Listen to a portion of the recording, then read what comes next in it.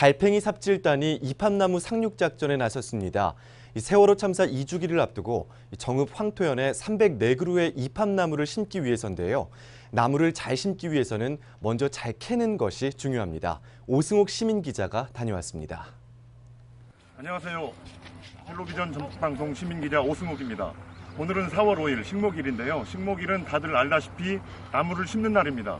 그런데 여기 나무를 심는 것이 아니라 나무를 캐는 사람들이 있습니다. 어떤 나무를 왜 캐는지 그 현장으로 한번 가보시겠습니다. 이곳은 정읍시 정오면 보건지소 뒤편에 있는 나지막한 야산입니다. 태양의 후예보다 더 자랑스러운 동학의 후예들 가운데 약 40여 명의 달팽이 삽질단의 자원봉사로 4월 9일 황토현에 심어질 304그루의 이팝나무를 캐고 옮기는 일로 분주합니다.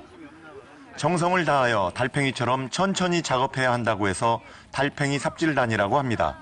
산삼 뿌리를 캐듯 정성스럽게 야산에서 304그루의 이팝나무 묘목을 삽으로 파서 캐내 조심조심 뿌리를 마천으로 감싸 옮깁니다. 나무의 생명은 가지도 줄기도 아닌 솜털 같은 실뿌리에 있다고 합니다. 잘 심어야 잘 자라는 게 아니라 잘 캐내야 잘 자란다고 합니다. 이팝나무는 밥꽃나무, 생명나무라고 불립니다. 오는 4월 16일이면 세월호 참사가 일어난 지 2주기가 되는 날입니다.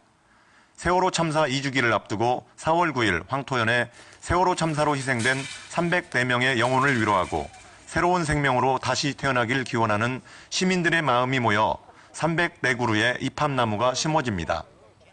특히 오늘 이팝나무를 캐는 달팽이 삽질단에는 세월호의 아픔을 함께하고 있는 전주 시민들도 참여했습니다. 이 소식을 들었을 때 너무 많이 눈물이 났어요.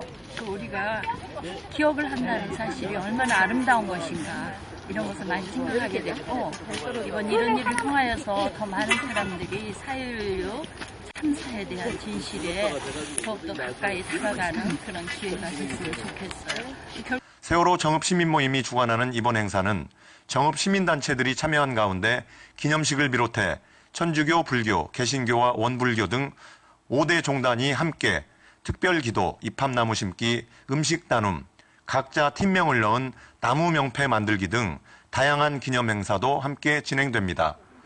이팝나무 304그루는 지난해 정읍시민이 세월호 정읍시민모임에 기증한 것으로 시민모임은 6개월간의 준비를 거쳐 세월호 2주기 정읍준비단의 협조와 정읍시의 부지 제공으로 황토현에 심어진다고 합니다. 두 아이를 키우는 아빠라고 밝힌 이 시민은 죽어간 아이들이 꽃으로라도 피어나고 생명이 귀한 대접을 받는 세상을 위해 이 나무를 심어달라며 자식처럼 애지중지 7년을 키웠다는 이팝나무를 기증했습니다. 생명나무 304그루는 가보년 황토현의 그날처럼 세상을 아름답고 살만하게 바꾸는 씨앗입니다. 잊지 않고 언제까지나 기억하기 위해 생명이 가장 귀한 가치가 되는 더 나은 세상의 희망의 꽃이 4월 9일 황토현에서 활짝 핍니다. 이상 헬로티비 전북방송 시민기자 오승옥이었습니다.